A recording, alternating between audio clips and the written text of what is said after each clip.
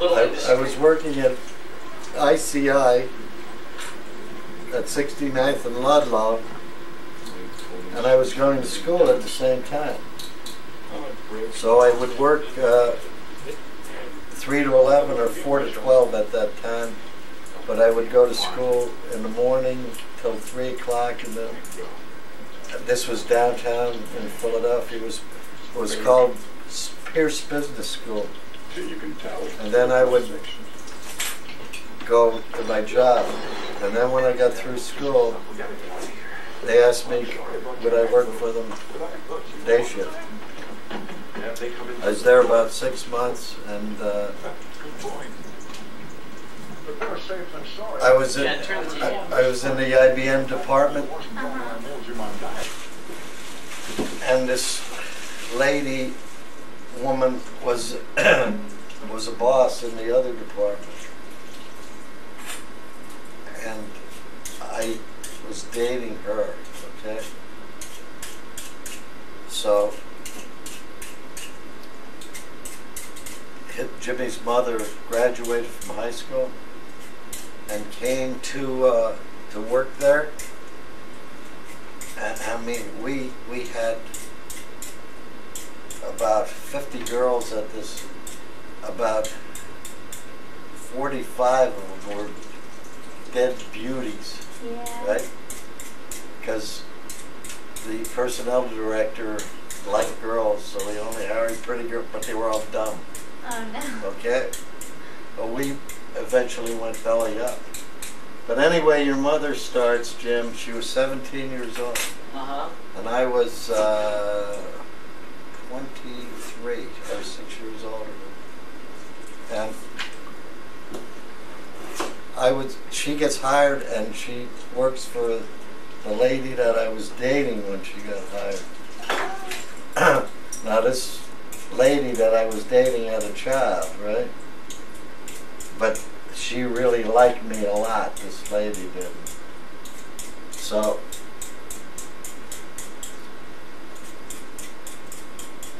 eventually, well, your mother came in, and your mother, I was working on the machine, you know, these were auxiliary equipment.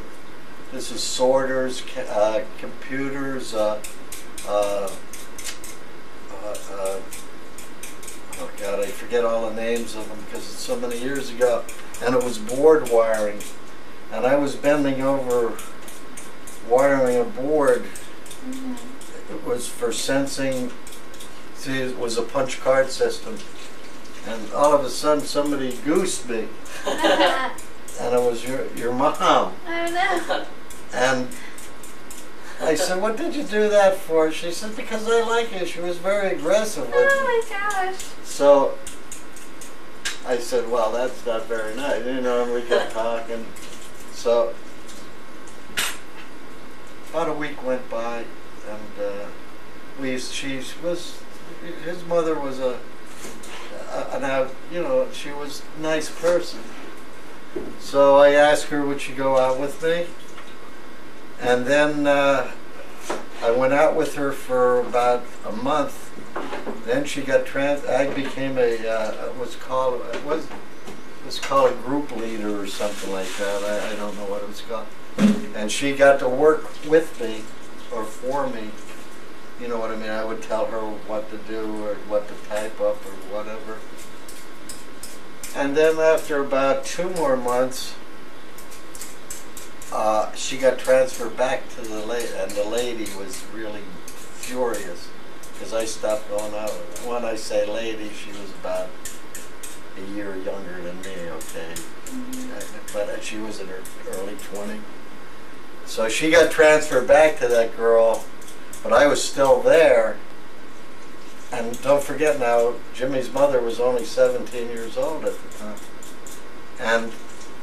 And had been out on her own, had been living with people in her hometown of Darby.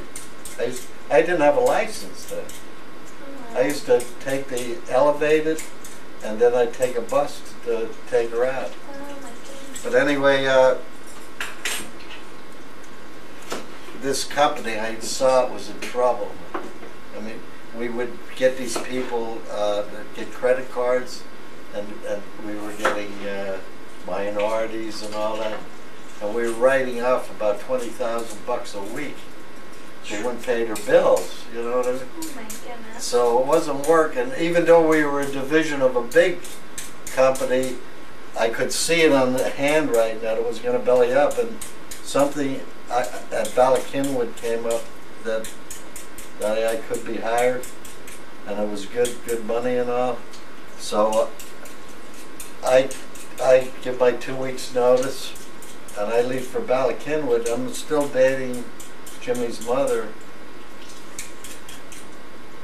I was gone 1 week on my new job, and this lady that I had been dating fired her.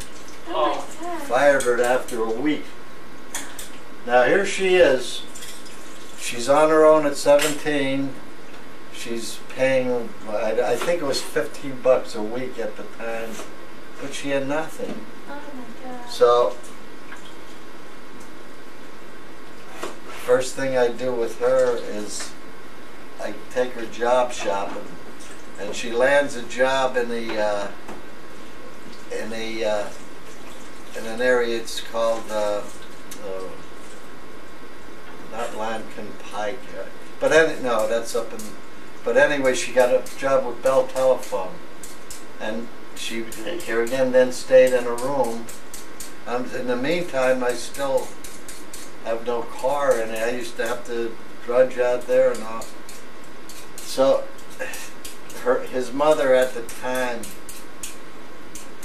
wasn't very aggressive, and I was still on my job at Ballackinwood, and then I finally got I never even had a license. Finally got my license, and I get my license and buy a new car. Yeah. Okay. So she lasted at Bell Telephone for 2 months, That was it. and then got fired again. For what? She was she was a funny girl. She wasn't aggressive. You know what I mean. She never appeared to be. At that time, she had no get up and go. But you have to understand, she was a waif. You know what I mean. People looked down on her a little bit. You know what I mean. Mm-hmm. So after I get my car. Well, in the meantime, I get my car, and she's at Bell Telephone. So when I get my car, she introduced. Now in the interim, she had told me how rotten she was treated by her family. Her family was terrible. Yeah. You know why she got thrown out of her house? They used to send her when she was a kid to Cape May all the time, to an old folks home, and she would have to clean or change sheets on beds of old people and go clean dishes and all. And every penny she ever made, and this was when she was in 8th and 9th grade, and every penny that she ever made she would send home to her mother. All that she got out of her life was to be housed, and I knew this whole thing because she told me everything. You know? Right. This is why I developed an attitude, a protective attitude towards her. But anyway, she would work these jobs in the summer, send all the money home. All she had was they feed her, and they would house her. And what her mother did, and her father was a drunk. He was a filthy drunk, and all he wanted was the money. What her mother would do was pocket the money and told her father that she wasn't sending any money home. She comes home after, I think it was 9th grade, after the summer of 9th grade, and the father's waiting for her and beats the crap out of her and tells her to get out. And the mother wouldn't tell the father that she was stealing the money. This is what these people did, that lady. And threw her out. She was wandering the streets at 14 years old, that girl. And here again, I knew everything. So, you know what my feeling was when I met these people? Okay, I'm going to see if this is what they're all about. And exactly, he was a drunk, a filthy mouth drunk. And he said filthy stuff in front of her the first time I met him. I told him, you ever say that in front of her again, I'll kill you. That's the way. And here again, so anyway, getting back to after meeting these people, and she was hurting. I mean, she was hurting. She came and met my family. My family was a loving family. Pop's an old codger and all, but they still loved her and all. And she gets fired from Bell Telephone, and I take her up to the Northeast. She didn't have much to take.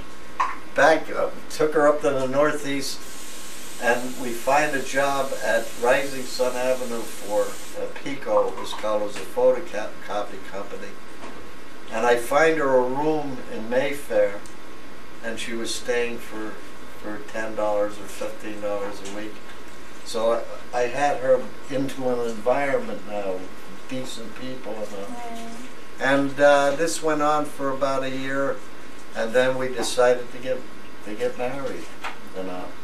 And like I told you, I had saved from 14 years old on, and I was financially stable, and that's we made our big plans. We had a nice wedding, we had a nice reception and all. In the interim, my brother, remember I told you he graduated, he had the girl and all, finds out he's going to California.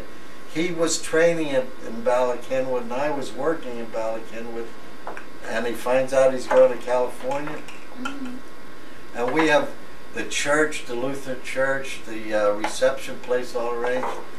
And we're about a month before we're going to get married. And it took a while to get these arrangements made. And he calls me up on the phone. He wants to have lunch with me, my brother. Yeah. And I go down and he says, I got something to tell you, and I don't want you to tell me anything. I'm going to tell you. And then after I tell you, I'm going to tell Mom and Pop. He says, I'm getting married. And he had been going at the time with the other girl. And I got married on January 13th. And I said, when are you getting married? He said, on I think it was February 2nd or 3rd. And I said, well, son, what's so bad about that? I like her. She's a nice girl. He says, it isn't her, it's Joyce. I said, Joyce, you got to be kidding. And he said, no, this is the truth. I said, Sonny, that's about a month and 6 weeks away. I mean, how you ever going? He said, I want to do the same thing as you did. I want to go to the same church to get married, and then I want to go to the same reception place. Oh, I said, wow. So he goes home and tells Mom and Pop, but my mother and father are under, and they liked her. And then she tells her parents, and they threw her out. Oh no. Because he was a Protestant and she was a Catholic. Oh my gosh. And they were going to shoot him if he came near them. Me and his mother had to go down, take her bag and baggage, and we took her up to where my wife, before I was married, was living. So the both of them boarded together until we got married. So I get married on January 13th, and Sonny gets married 2 weeks or 3 weeks after. Oh that was so chaotic. Now wait, is Sonny older than you or younger? Sonny's 2 years older than me. So like I say, we really had our ups and downs with that kind of stuff. But that's the story on that, Jim. Wow.